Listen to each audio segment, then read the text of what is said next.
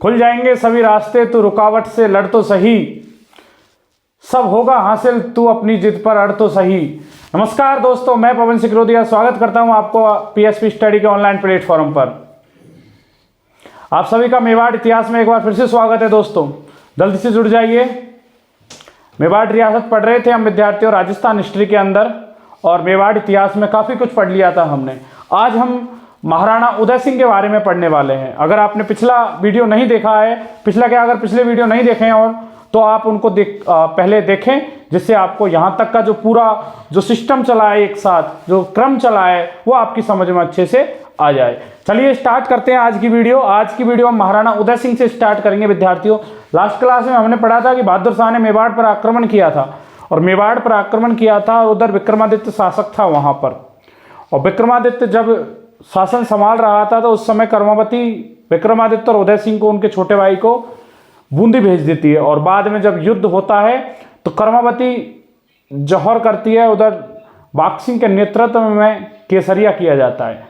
हमने देखा कि बाद में हुमायूं आता है, कर्मावती ने हुमायूं को राखी भेजी थी और हुमायूं आता है, फिर बहादुर शाह वहाँ से चला जाता है। बाद में मौका पाकर विक्रमादित्य पुनः चित्तौड़ पर अधिकार कर लेता है। इतना सब देख लिया था हमने। बाद में जब बनवीर इस बात पर प्रश्नवाचक चिन्ह लगाता है कि राजा इस तरह का नहीं होना चाहिए, तो फिर बनवीर का प्रशासक जो है, विक्रमादित्य का प्रशासक दोस्तों बनवीर को बना दिया जाता है। तो बनवीर जब प्रशासक था तो उसको लगा कि कब तक प्रशासक बने रहेंगे हम, क्यों ना ऐसा करते हैं ना, इस उदय सिंह को और विक्रमादित्य को ही मार देना। सबसे बढ़िया बात है कि फिर खुद ही राजा बन जाएंगे, कब तक ऐसे प्रशासक बने डोलेंगे। बनवीर ने मौका पाकर विक्रमादित्य की तो हत्या कर दी, लेकिन वो उदय सिंह की भी हत्या करना चाहता था।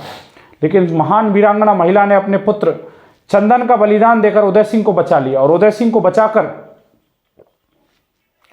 कुंभलगढ़ ले जाती है। और कुंभलगढ़ में आशा देवपुरा, जो वहां पर दुर्ग की रक्षा कर रहे थे, यानी किलेदार बनाए रखे किलेदार थे।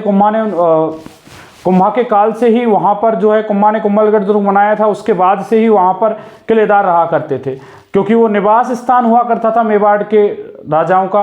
कई कबार जैसे रानी वगैरह जो थी वहाँ पे निवास के लिए जाया करती थी। आगे हम पढ़ने वाले हैं कि इसी कुंभलगढ़ में महाराणा प्रताप का जन्म होगा। तो वहाँ पर आशा देवपुरा, जो राजसमंद में देवपुरा नाम की एक जाति रहती है। आपने सुना होगा कि राजस्थान के सबसे कम समय तक जो मुख्यमंत्री रहे हैं वो हैं हीरालाल देवपुरा, 16 दिन रहे थे। तो वो जो जनजाति है वो राजसमंद साइड में रहती है, और यहाँ हम पढ़ रहे हैं आशा देवपुरा। तो आशा देवपुरा जो थे वो कुंभलगढ़ के किलेदार थे। पन्नादाय वहाँ पे आती है, तो पहले तो पन्नादाय की बातों पे विश्वास नहीं होता है, पर जैसे तैसे करके उसको अंदर ले लिया जाता है। तो पन्नादाय फिर कहती है कि ये उदय सिंह है, वो मानते नहीं है। तो फिर ऐसा कहते हैं कि जो सामंत थे उनको बुलाया गया। अब उन्होंने भी ज़्यादातर को नहीं पता था कि हाँ ये हो राजा हैं या नहीं है, क्योंकि उस टाइम पे क्या होता था कि जो राजकुमार हुआ करते थे उनको ज़्यादा लोग देखते नहीं थे। और ख़ास तौर पे क्या, उदय सिंह तो अपने निहाल ज़्यादा रहा था, अपने मामा नाना के पास ज़्यादा रहा था। तो लोगों को ये पता भी नहीं था कि उदय सिंह दिखते कैसे हैं। तो उन लोगों को लगा कि क्यों ना उनके बूंदी वालों को ही बुला लिया जाए, निहाल वालों को ही बुला लिया जाए, तो क्या कम से कम वो पहचान तो लेंगे। उनको बुलाया गया और देखा कि ये तो अपना भांजा है, ये तब कहाँ छुपा रखा था इसको इतने दिन से। तो उस तरह से फिर सब सामंतों को विश्वास हो गया कि यही उदय सिंह है। तो उसी समय उनका क्या कर दिया गया, राज्याभिषेक कर दिया गया। तो यहाँ से अब हम स्टार्ट करते हैं विद्यार्थियों। देखें 1537 में महाराणा उदय सिंह का राज्याभिषेक होता है, और राज्याभिषेक जो हुआ था वो होता है कुंभलगढ़ में। 1537 में उदय सिंह का राज्याभिषेक कर दिया गया कुंभलगढ़ में। और इसी मौके पर पाली के अखेराज सोनगरा ने अपनी पुत्री जयवंता बाई का विवाह कर दिया उदय सिंह के साथ। तो ये जयवंता बाई का जो विवाह हुआ था वो किसके साथ हुआ था, उदय सिंह के साथ। और ये किसकी पुत्री थी, अखेराज सोनगरा।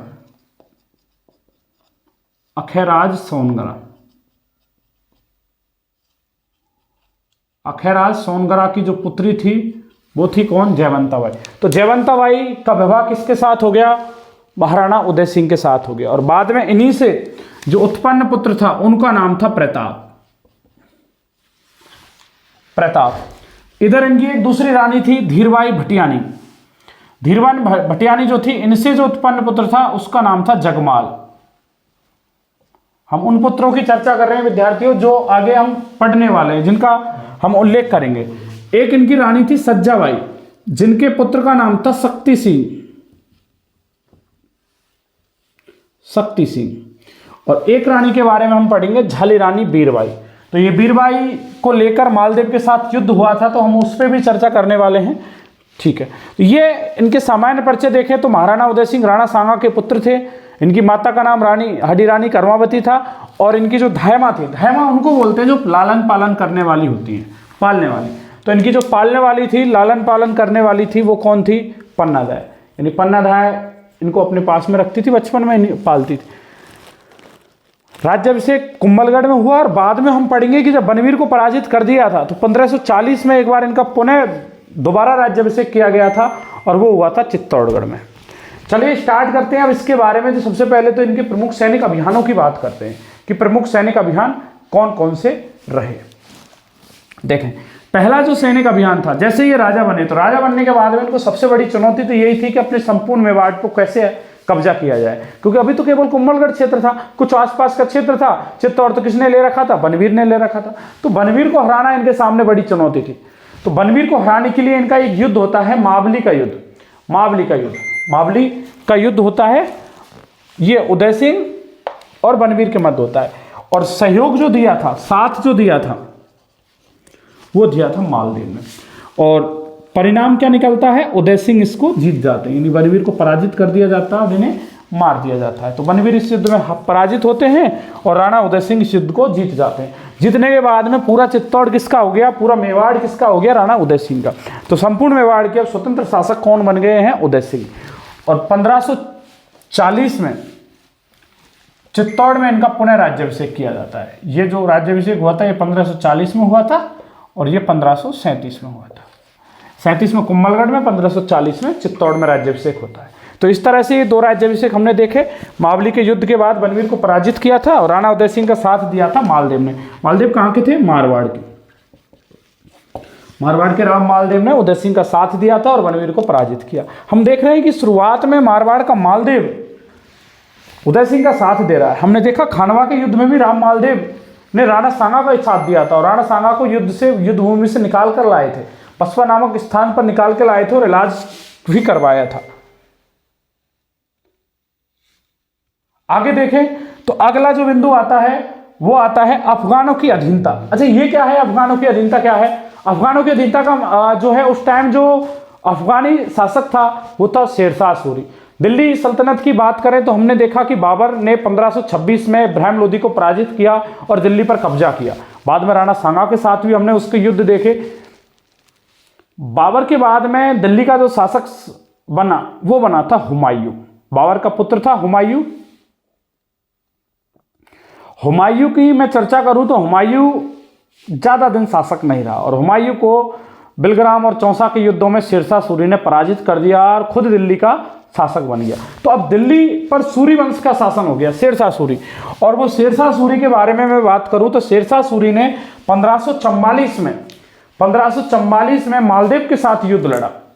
1544 में एक बहुत ही महत्वपूर्ण राजस्थान इतिहास का एक जबरदस्त युद्ध हुआ था, गिरी सुमेल का युद्ध। वो जब हम मारवाड़ का इतिहास पढ़ेंगे तो उसमें और विस्तार से चर्चा करेंगे विद्यार्थियों कि जो गिरी सुमेल का युद्ध था मालदेव और शेरशाह सूरी के मध्य हुआ था, उसमें जैतार कुपा नामक दो वीर सेनापतियों ने जबरदस्त लड़ाई की थी।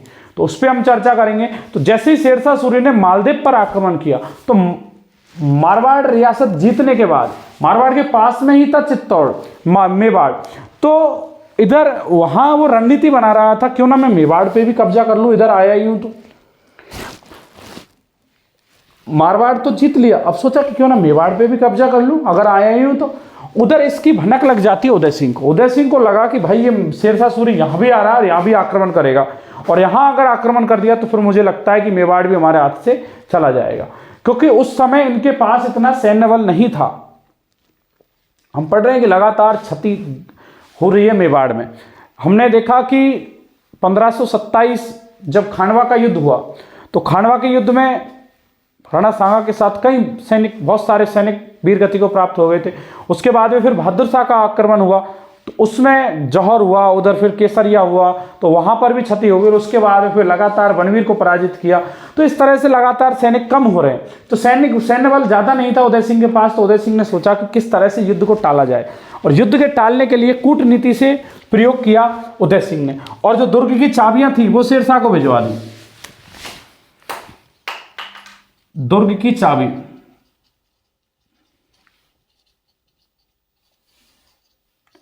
शेरशाह को भिजवा दी। अब जब शेरशाह के पास दुर्ग की चाबी आ गई तो उसने सोचा कि जब बिना युद्ध लड़े काम हो रहा है तो फिर युद्ध की क्या आवश्यकता है। तो इसी कारण से फिर शेरशाह सूरी ने मेवाड़ पर आक्रमण नहीं किया, मेवाड़ पर आक्रमण नहीं किया। लेकिन यहां हम पढ़ते हैं कि दुर्ग की चाबियां भिजवा दी, मतलब अधीनता स्वीकार कर ली। और मेवाड़ का पहला शासक था जिसने अफगानों की अधीनता स्वीकार की थी, उदय सिंह। मैं अफगानों की बोल रहा हूं विद्यार्थियों, अफगानों की अधीनता स्वीकार करने वाला पहला शासक कौन? उदय सिंह।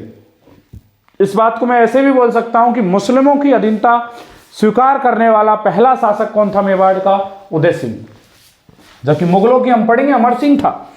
तो यहां पे हम देखते हैं कि शेरशाह एक ये, जब शेरशाह ने अपना जो चित्तौड़ आ गया तो चित्तौड़ का जो प्रशासक बनाया था, यानी प्रतिनिधि जो बनाया था कि अपना एक कोई व्यक्ति वहां रहेगा मेवाड़ में, तो वो था अहमद सरवानी। अहमद सरवानी नाम के व्यक्ति को प्रतिनिधि बनाकर चित्तौड़ भेजा था जब उदय सिंह ने अधीनता स्वीकार कर ली थी। तो उदय सिंह पहला शासक था जिसने अफगानों की अधीनता स्वीकार की या मुस्लिमों की अधीनता स्वीकार की। तो मुस्लिम या अफगान अधीनता स्वीकार करने वाला पहला शासक, मुस्लिम या अफगान अधीनता स्वीकार करने वाला पहला शासक।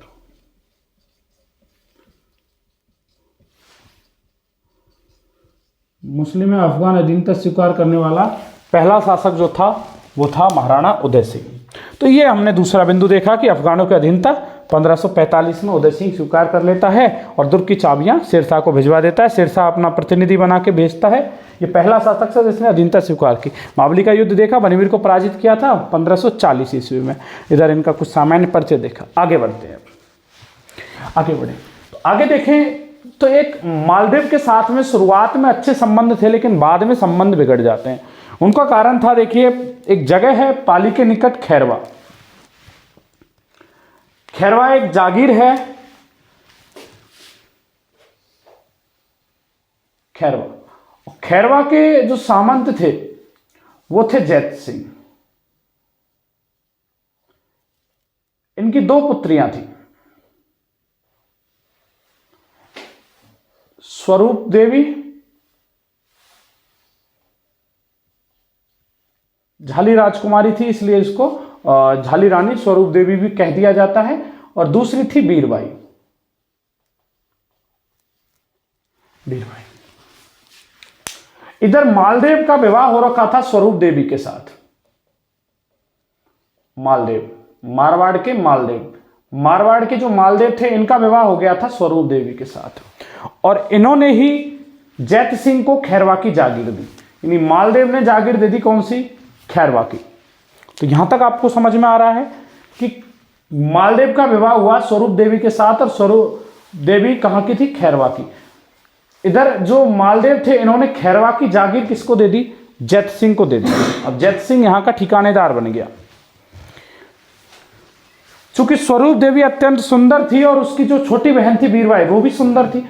अब मालदेव इस बीरबाई से विवाह करना चाहता था, लेकिन विवाद जैत सिंह और इनके जो भाई थे बीरबाई के वो मना करने लगे कि हम इसके साथ विवाह नहीं करेंगे। मालदेव खूंखार टाइप का आदमी था, डाकू टाइप का आदमी था, कई सारे विवाह पहले से हो रखे थे उसके। तो उन्होंने सोचा कि हम मालदेव के साथ इसका विवाह नहीं करेंगे, क्योंकि बड़ी बहन का विवाह मालदेव के साथ हो रखा था। तो इन्होंने क्या किया, उधर उदय सिंह को पत्र लिखा और उदय सिंह के साथ बीरबाई का रिश्ता भेज दिया। उदय सिंह आता है और बीरबाई के साथ विवाह कर लेता है। ये हमने देखा झाली रानी बीरबाई। झाली रानी बीरबाई के साथ विवाह किसका हो गया? उदय सिंह का। अब ये बात मालदेव कैसे सहन करता बताओ? मालदेव जिससे विवाह करना चाहता उससे विवाह उदय सिंह कर गया। तो अब मालदेव ने फिर योजना बनाई और मालदेव ने आक्रमण किया कुंभलगढ़ पर। तो ये आक्रमण करता है कुंभलगढ़ पर। कुंभलगढ़ पर आक्रमण होता है, कुंभलगढ़ पर, लेकिन इसमें मालदेव की पराजय होती है, उदय सिंह जीत जाता है। मालदेव हार जाता है, मालदेव की पराजय। लेकिन मालदेव इस युद्ध में तो हार जाता है, लेकिन बदला लेने की फिराक में था। कुछ दिन बाद एक महिला को लेकर ही अजमेर के हाजी खां और उदय सिंह के मध्य में फिर एक मुद्दा उठ जाता है और युद्ध होता है। और उस युद्ध को जानते हैं हम हरमाड़ा के युद्ध के नाम से। हरमाड़ा का युद्ध, हरमाड़ा का जो युद्ध था अजमेर के हाजी खां और उदय सिंह के मध्य हुआ। हरमाड़ा अजमेर के निकट एक स्थान पड़ता है। तो हाजी खां और उदय सिंह के मध्य में युद्ध होता है और युद्ध का परिणाम निकलता है कि इसमें हाजी खां जीत जाता है। और मौका पाकर मालदेव ने हाजी खां का साथ दे दिया, क्योंकि पहले हार चुका था तो वह बदला लेना चाहता था। तो मालदेव ने किसका साथ दिया? हाजी खां का साथ दिया। और इस युद्ध को कौन जीत जाता है? हाजी खां जीत जाता है। रंगराय नाम की कोई महिला थी, ऐसा कहते हैं कि उनको लेकर विवाद हुआ। हाजी खां उससे विवाह करना चाहता, लेकिन उदय सिंह भी उससे विवाह करना चाहता था। तो इन बात को लेकर दोनों में अनबन थी और उन दोनों के मध्य में युद्ध हुआ, जिसमें मालदेव किसका साथ देता है? हाजी खां का। लेकिन हाजी खां ही इस युद्ध को जीत जाता है। इस बार उदय सिंह हार जाता है। तो मालदेव का भी इस तरह से बदला लगभग पूरा हो गया। तो ये बात आपको ध्यान रखनी है। ये हरमाड़ा का युद्ध था, ये महाबली का युद्ध था। महाबली के युद्ध में मालदेव अफगानों की अधीनता स्वीकार की, चाबी भेज दी उस तरह से। इधर मालदेव के साथ संघर्ष देखा हमने, कुंभलगढ़ पर आक्रमण हुआ वीरबाई को लेकर। वीरबाई कौन किसकी पुत्री थी? खैरवा के जैत सिंह की पुत्री थी। आगे देखें तो ये कुछ इसके संघर्ष थे, सैनिक अभियान थे, युद्ध थे, उनके बारे में हमने चर्चा की। अभी एक प्रमुख युद्ध और है जिसके बारे में हम चर्चा करेंगे अकबर के साथ। तो वो हम अभी पहले इसके कुछ निर्माण कार्य देख लेते हैं। 57 तक तो हम आ गए हैं। तो आगे देखें 1559 ईस्वी में, 1559 ईस्वी में उदयपुर शहर की स्थापना की थी। उदयपुर शहर की स्थापना की थी किसने? उदय सिंह ने। ऐसा कहते हैं कि उदय सिंह ने अपने नाम पर ही शहर बसाया था। और इसी साल 1559 में ही अमर सिंह का जन्म हुआ। अमर सिंह यानी उदय सिंह के पोते, अमर सिंह के पोते महाराणा प्रताप के पुत्र अमर सिंह का जन्म हुआ। इसी के उपलक्ष्य में एक शहर बसाया 1559 में। और ऐसा कहते हैं कि 1559 में ही उदय सागर झील की स्थापना भी की, यानी उदय सागर झील बनवाई। उदय सागर झील, उदयपुर में उदय सागर झील बनवाई, एक झील बनवाई थी। और उदयपुर शहर की क्या बसाई? नींव बसाई। ऐसा कहते हैं कि शुरुआत में जब अपनी कुलदेवी के दर्शन करने गए, बाण माता के दर्शन करने गए, तो बाण माता के दर्शन करके जब थोड़ा और आगे गए वहाँ से, तो वहाँ उनको लगा कि यहाँ एक अच्छी ज़मीन है, समतल भी है, थोड़ा क्या करते हैं यहाँ कुछ महल वगैरह निर्माण कार्य करवाते हैं रहने के लिए। तो वहाँ पे इसने मोती महलों का निर्माण करवाया। आहड़ के निकट है मोती महल, वहाँ पे इन्होंने मोती महल बनवाए। लेकिन कुछ दिन बाद एक दिन शिकार खेलने उससे भी आगे निकल गए। शिकार खेलने जब उससे आगे गए तो वहाँ देखा एक साधु तपस्या कर रहे थे। साधु ने कहा कि तुम जो नया अपना शहर बसा रहे हो वहाँ मत बसाओ, जहाँ तुम बसा रहे हो आहड़ के निकट। मैं जहाँ पे तपस्या करता हूँ यहाँ बसाओ, यहाँ आपका शहर ज़्यादा सुरक्षित रहेगा वहाँ से। साधु की बात उदय सिंह ने मानी और वहाँ पर एक नया शहर बसाया, जिसको आज हम उदयपुर शहर के नाम से जानते हैं। उदयपुर शहर के नाम से जाना जाता है। तो ये उदय सिंह की देन है। उदयपुर शहर उदय सिंह ने बसाया था अपने नाम पे। चलिए आगे बढ़े।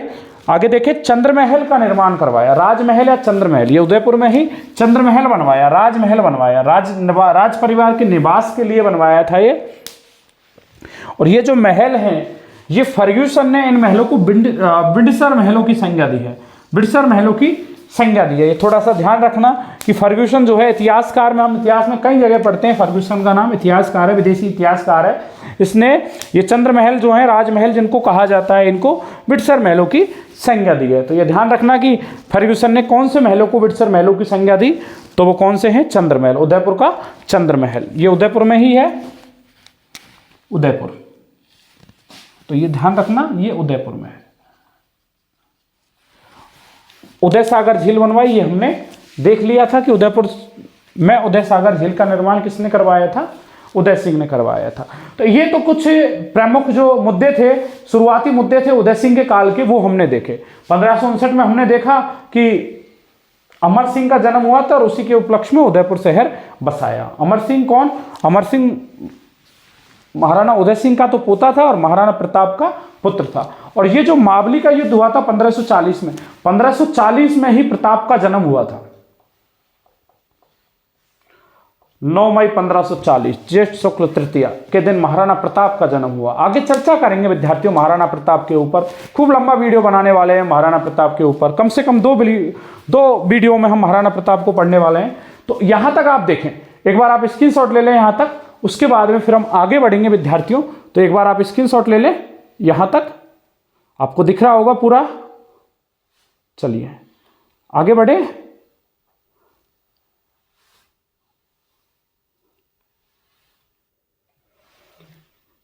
चलिए विद्यार्थियों, स्क्रीनशॉट आपने ले लिया, अगली स्लाइड आपके सामने, आगे चर्चा करें। तो कुछ निर्माण कार्य हमने देखे, इसके अलावा हमने देखा कि जो शुरुआती संघर्ष था उदय सिंह का वो किस तरह से था। अब जो मुख्य मुद्दा है, मेन जो बात है वो थी अकबर की, क्योंकि अब जो दस्तक दी थी वो दी थी अकबर ने। हमने पढ़ा था कि बाबर के बाद में हुमायूं, और हुमायूं के बाद में मुगल बादशाह बना था अकबर। जो सबसे महान शासकों में मुगलों में हम पढ़ते हैं वो है अकबर। 1556 में अकबर दिल्ली का शासक बन गया, और अकबर का मकसद यही था कि मैं पूरे भारत पे शासन करूं, और भारत पे शासन करने के लिए उसने कई जगह जगह पर अपने सैनिक अभियान भेजे, और सब में उसको सफलता मिली, सभी जगह जो सफलता मिल गई। तो राजपूताना में एक ऐसी रियासत जो अभी भी उसका डटकर सामना कर रही थी वो थी मेवाड़। अकबर ये चाहता था कि कैसे भी करके मैं मेवाड़ पे कब्जा करूं। तो अब उसने मेवाड़ के लिए क्या किया, एक व्यूह रचना बनाई, और उसमें उसने आक्रमण करने की सोची। 1567 ईस्वी में अकबर ने चित्तौड़ पर आक्रमण करने की योजना बनाई। चित्तौड़ पर उसके जो प्रमुख जो हुसैन कुली खां, आसफ खां, मेहतर खां, जो प्रमुख उसके सेनापति थे, उनके साथ में अकबर चित्तौड़ पर आक्रमण करने आता है, और 1567 में चित्तौड़ पर आक्रमण करने आया। उधर हम ये पढ़ते हैं कि जब अकबर ने मालवा पर आक्रमण किया तो मालवा का शासक था एक बाज बहादुर वहां से भागकर मेवाड़ आ जाता है, और उदय सिंह ने उसको शरण दे दी। शरणागत की रक्षा करना तो राजपूतों का परम धर्म है।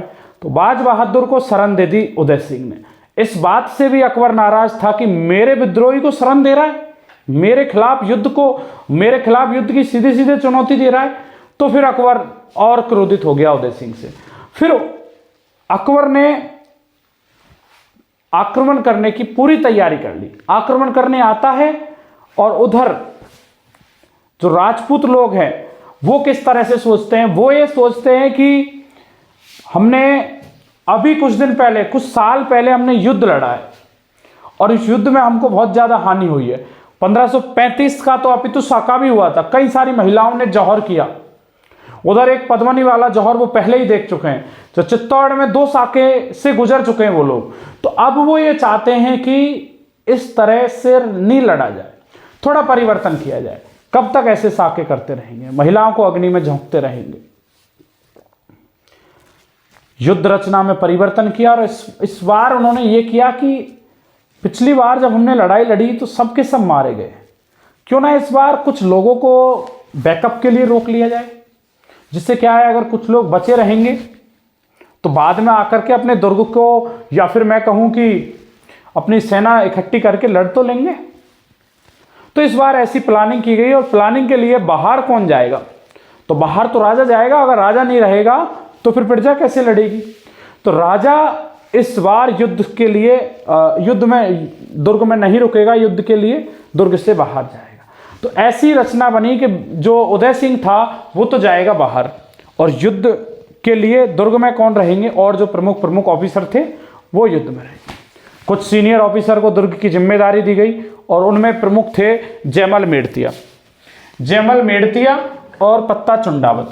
जयमल मेड़तिया और पत्ता चुंडावत ये 2 प्रमुख थे जिनको दुर्ग की जिम्मेदारी दी गई। और उदय सिंह जो थे राज परिवार के साथ गिरवा की पहाड़ियों में चले जाते हैं। गिरवा की पहाड़ी यानी गोगुंदा उदयपुर की ओर चले जाते हैं। तो ध्यान रखना है कि चित्तौड़ दुर्ग की जिम्मेदारी जयमल और पत्ता को सौंपकर उदय सिंह और परिवार के जो लोग थे वो गिरवा की पहाड़ियों में चले जाते हैं। हालांकि इनका एक पुत्र था शक्ति सिंह जो इनसे नाराज था, और वो पहले ही दुर्ग छोड़कर चला गया था। एक बार ऐसा कहते हैं कि सिरोही की तलवारें प्रसिद्ध हैं, आप सबने पढ़ा होगा, नहीं पढ़ा तो आप ध्यान रखना कि सिरोही की तलवारें प्रसिद्ध हैं। और एक व्यापारी, सिरोही का व्यापारी तलवार बेचने दरबार में आता है और वो अपनी तलवार की धार को बता रहा था। एक कपड़ा लिया उसने और कपड़े को तलवार से टुकड़े टुकड़े कर दिए उसके।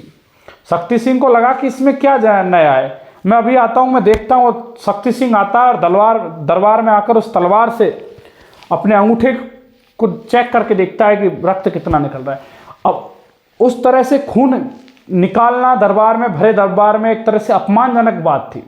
उदय सिंह को अपनी इस दरबार में, भरे दरबार में अपमानजनक बात करना अच्छा नहीं लगा और उसने शक्ति सिंह को भला बुरा कह दिया और वो दुर्ग छोड़कर चला गया। तो इस तरह से शक्ति सिंह चला जाता है। पहले भी कई सारी अनबन थी शक्ति सिंह के साथ उदय सिंह की, तो उदय सिंह ने शक्ति सिंह को दुर्ग से बाहर निकाल दिया। बाकी जनों के साथ में, जिनमें प्रताप भी थे, जगमाल भी थे, इनके 2 पुत्र, उनके साथ में गोगुंदा चले आते हैं। अब दुर्ग की जिम्मेदारी जो थी वो जयमल मेड़तिया और पत्ता चुंडावत के पास थी। मैं जयमल मेड़तिया की बात करूं विद्यार्थियों, तो अकबर ने 1562 में मेड़ता पर आक्रमण किया। मेड़ता पर आक्रमण अकबर ने किया था, अकबर ने। इसमें क्या हुआ, इसमें मेड़ता का शासक था जयमल, मेड़ता का शासक था जयमल मेड़तिया। जयमल राठौड़ बोल सकते हैं या जयमल मेड़तिया बोल सकते हैं। तो ये जयमल मेड़तिया जो था, जयमल वहां से जब मेड़ता अकबर जीत लेता है तो वहां से जयमल आ जाता है। जयमल अपने भतीजे कल्लाजी राठौड़ के साथ उदय सिंह की शरण में आ जाता है। तो जयमल कल्लाजी राठौड़ के साथ में कहाँ आ जाता है, उदय सिंह के पास, और उदय सिंह इनको शरण दे देता है। तो ये तो था जयमल मेड़तिया और कल्लाजी का। अच्छा, हमने पढ़ा था, देखो हमने देखा था कि जयमल जो था, जयमल बीरमदेव का पुत्र था। मैं बात करूं तो राबदूदा के बारे में मैंने आपको बताया था। राबदूदा के 2 पुत्र थे, जिनमें एक था बीरमदेव, एक था रतन सिंह। बीरमदेव और रतन सिंह। रतन सिंह का पुत्र था, रतन सिंह की एक पुत्री थी जिसका नाम था मीराबाई। रतन सिंह की पुत्री थी मीराबाई। और बीरमदेव जो था, बीरमदेव का पुत्र था जयमल, और एक पुत्री थी फूलकवर। मीराबाई की शादी तो हो रखी थी भोजराज के साथ। मीराबाई की शादी तो भोजराज के साथ हुई थी, हमने पहले भी पढ़ लिया था, भोजराज सांगा के पुत्र। और इधर फूलकवर जो थी, इसका विवाह किया था पत्ता चुंडावत के साथ। पत्ता चुंडावतों के हमने ब्रांचेस देखी थी। मैंने आपको बताया था कि 16 ए श्रेणी के ठिकाने हुआ करते थे, जिनमें से 4 चुंडावतों के पास थे। सबसे ज्यादा 4 जो चुंडावतों के पास थे, तो ये पत्ता चुंडावत, ये आमेट के सामंत थे। आमेट के जो सामंत थे वो थे पत्ता आमेट के जो सामंत थे वो थे पत्ता चुंडावत। तो इनको क्या है, इनके साथ में विवाह हुआ था फूलकवर का। तो ये इनका कुछ ध्यान रखना है कि जयमल मेड़तिया जो थे, जयमल मेड़तिया और जयमल मेड़तिया की बहन थी फूलकवर। फूलकवर का विवाह हुआ था पत्ता चुंडावत के साथ। और दुर्ग की जिम्मेदारी भी किसको दी थी, जयमल को और पत्ता को, यानी दोनों जीजा सालों को क्या दी थी, दुर्ग की जिम्मेदारी कि भाई अब तुम दुर्ग को संभालो, तुम्हारे हाथों है। उधर वहां से वो लोग चले जाते हैं। आगे देखें, अब अकबर क्या करता है, इधर दुर्ग की निगरानी के लिए, दुर्ग काफी ऊंचा है चित्तौड़ का, उसके लिए एक चबूतरा बनवाता है मिट्टी का एक बहुत बड़ा टीला बनवाता है। और उस टीले को कहा गया मोहर मगरी। तो एक रेत का बहुत ऊंचा टीला है, ये रेत का टीला है मोहर मगरी, जो अकबर ने बनवाया था चित्तौड़ दुर्ग के सामने। ध्यान रखना, मोहर मगरी क्या है, एक रेत का टीला है जो किसने बनवाया, अकबर ने बनवाया था, चित्तौड़ दुर्ग के सामने बना हुआ है ये। ठीक है विद्यार्थियों, आगे देखें। एक दिन क्या हुआ, युद्ध से ठीक पहली रात जयमल जो है दुर्ग की दीवारों को देख रहा था, क्योंकि लगातार वहां से प्रहार हो रहे थे और तोपें भी चल रही थी उधर अकबर की तरफ से। तो दुर्ग की जो दीवारें थी वो थोड़ी थोड़ी क्षतिग्रस्त हो रही थी, तो उनको सुदृढ़ करवा रहा था, मजबूत करवा रहा था दुर्ग की दीवारों को। उधर दीवारों पे घूम रहा था। उधर से अकबर अपनी बंदूक चलाता है, ऐसा कहते हैं कि साफ कर रहा था, उसने ट्रायल के लिए चला ली, ट्रायल के लिए चलाई, और बंदूक का नाम था संग्राम। संग्राम नामक बंदूक थी अकबर की। उसने वो बंदूक चलाई और बंदूक से गोली निकलकर जयमल के पैर को लगी, जयमल घायल हो गया। जयमल घायल किससे हो गया? अकबर की संग्राम नामक बंदूक से। कई दिनों तक दुर्ग की घेराबंदी किए बैठा रहा अकबर। जब कई दिन बीत गए, राशन पानी रसद सामग्री का अभाव होने लगा, तो राजपूतों ने सोचा कि अब अगर दुर्ग में रहेंगे तो वैसे दिक्कत आएगी, समस्याएं आ रही हैं। अकबर वहां बैठा हुआ है, इंतजार कर रहा है, लगातार आक्रमण कर रहा है, हमें नुकसान पहुंचा रहा है, इससे अच्छा है कि दो दो हाथ हो ही जाए। राजपूतों ने पूरी प्लानिंग के साथ में युद्ध करने की ठानी और दुर्ग के जो दरवाजे थे वो खोल दिए। दुर्ग के दरवाजे खोले और दोनों सेनाओं के मध्य में भीषण युद्ध हुआ। परिणाम ये निकला कि क्योंकि अकबर के पास सेना ज़्यादा थी, राजपूतों के पास सेना कम थी, लेकिन वो केसरिया पगड़ी पहनकर अपने आप को बलिदान में झोंकने के लिए आगे बढ़े। जयमल और पत्ता ने उस बहादुरी के साथ में युद्ध लड़ा कि अकबर की सेना के पसीने छुड़ा दिए। अकबर भी उनकी बहादुरी को देखकर अति प्रसन्न हुआ, और न केवल अकबर प्रसन्न हुआ, अपितु उनकी तारीफ के लिए, उनकी प्रशंसा में जयमल और पत्ता दोनों की गजारूढ़ मूर्तियां लगवाई आगरे में। आगरा के किले में जयमल और पत्ता जो विद्रोही सैनिक थे, विद्रोही सेनापति थे, उनकी गजारूढ़ मूर्तियां लगवा दी आगरा में। तो ऐसा शायद ही देखने को मिलता है कि किसी दुश्मन की छतरी या दुश्मन के, मैं कहूं कि दुश्मन की प्रतिमा लगवाई हो, तो अकबर ऐसा करता है। अकबर ने जयमल और पत्ता की गजारूढ़ मूर्तियां लगवाई थी आगरा में। पर बाद में ऐसा कहते हैं कि एक इन्हीं का एक वंशज आएगा, बड़ा ही कट्टर शासक औरंगजेब, वो इन मूर्तियों को तुड़वा देगा। आगे चर्चा करेंगे उस बात पे भी हम। तो अकबर ने आगरा में वो मूर्तियां लगवाई, गजारूढ़ मूर्तियां लगवाई जयमल और पत्ता की। इधर बात करें, जब जयमल के पैर में गोली लग गई तो जयमल घायल हो गया। जयमल घोड़े पे था, युद्ध में आया घोड़े पे, युद्ध चल रहा है। उधर कल्लाजी राठौड़ जयमल के जो भतीजे थे, ये भी युद्ध लड़ रहे हैं। जयमल जब घोड़े से गिर गए, जयमल का घोड़ा घायल हो गया और जयमल घोड़े से नीचे गिर गए, तो कल्लाजी राठौड़ उनकी सहायता के लिए जाता है और कल्लाजी राठौड़ जयमल को अपने कंधों पर बैठाता है। कल्लाजी राठौड़ ने जयमल को अपने कंधों पर बैठा लिया और फिर युद्ध लड़ा। कल्लाजी के ऊपर कौन है? जयमल। तो कल्लाजी राठौड़ ने जयमल को कंधों पर बैठाया और युद्ध लड़ा। यह दृश्य अकबर देख रहा था। अकबर देख रहा था कि युद्ध में कौन आ गया जिससे चार चार हाथ चल रहे हैं। दूर से देखने पर ऐसा लग रहा था कि एक साथ चार चार सैनिकों को मार रहे हैं, ये कौन आ गया? ये तो साक्षात कोई देवता है। और ऐसा कहते हैं कि अकबर ने कल्लाजी राठौड़ को एक संज्ञा दी थी, चार हाथों वाला देवता। आज भी हम कल्लाजी को चार हाथों वाले लोक देवता के नाम से जानते हैं। लोक देवताओं में आप पढ़ते भी हो कल्लाजी राठौड़, चार हाथों वाले देवता। तो ये वही कल्लाजी राठौड़ हैं जिसको अकबर ने चार हाथों वाले देवता की संज्ञा दी। उधर ऐसा कहते हैं कि बाद में फिर ये भी कल्लाजी राठौड़, जयमल, पत्ता, सारे राजपूत सरदार थे, वो लड़ते लड़ते वीर गति को प्राप्त हो जाते हैं। तो केसरिया करने में जो महत्वपूर्ण भूमिका थी वो थी जयमल मेड़तिया और पत्ता चुंडावत के नेतृत्व में केसरी हुआ। बाद में महिलाएं जो थी, महिलाएं जौहर करेंगे, और जौहर जो हुआ था वो फूल कंवर के नेतृत्व में हुआ था। फूल कंवर पत्ता की पत्नी थी, जयमल की बहन थी। तो फूल कंवर के नेतृत्व में महिलाओं ने क्या किया? जौहर किया। जब चित्तौड़ पर कब्जा हो गया, अकबर ने जब चित्तौड़ पर कब्जा कर लिया 25 फरवरी 1568 को, तो अकबर ने चित्तौड़ में कत्लेआम का आदेश जारी करवा दिया। ये काला धब्बा माना जाता है अकबर की, उसमें अकबर महान था। लेकिन ये जब चित्तौड़ की घटना का उल्लेख होता है कि अकबर ने 29,000 लोगों को, निर्दोष प्रजा को कत्लेआम आदेश के द्वारा मरवा दिया था, वही खिलजी वाला कांड कर दिया था। जिस तरह से खिलजी ने आक्रमण करवाया था, 30,000 लोगों को खिलजी ने मरवाया था, उसी प्रकार से अकबर ने मरवाया था वहां पे। तो अकबर ने निर्दोष प्रजा का कत्लेआम करने का आदेश दे दिया। ये भी आप ध्यान रखना आप। तो कल्लाजी राठौड़ के बारे में और देखिए कि कल्लाजी राठौड़ की जो छतरी है रामपोल दरवाजे के पास में है। रामपोल दरवाजा चित्तौड़ में हम पढ़ते हैं, कई दरवाजे हैं, भैरवपोल, रामपोल, हनुमानपोल। तो रामपोल जो दरवाजा है उसके पास में कल्लाजी राठौड़ की छतरी बनी हुई है। इधर जयमल मेड़तिया और पत्ता जो चुंडावत है, इनकी जो छतरियां हैं वो हनुमानपोल और भैरवपोल के मध्य में है। हनुमानपोल और भैरवपोल के मध्य में जयमल मेड़तिया और पत्ता चुंडावत की छतरियां बनी हुई हैं। जब अकबर चित्तौड़ जीत गया तो बाद में चित्तौड़ का जो प्रशासक था वो अकबर ने अब्दुल माजिद को बनाया। चित्तौड़ का प्रशासक अब्दुल माजिद। तो तो अकबर ने चित्तौड़ जीतने के बाद यहाँ का प्रशासक किसे नियुक्त किया? अब्दुल माजिद को नियुक्त किया। उदय सिंह गया था, एक सेनापति तो अब्दुल माजिद ध्यान रखना, और एक रखना हुसैन कुली खां।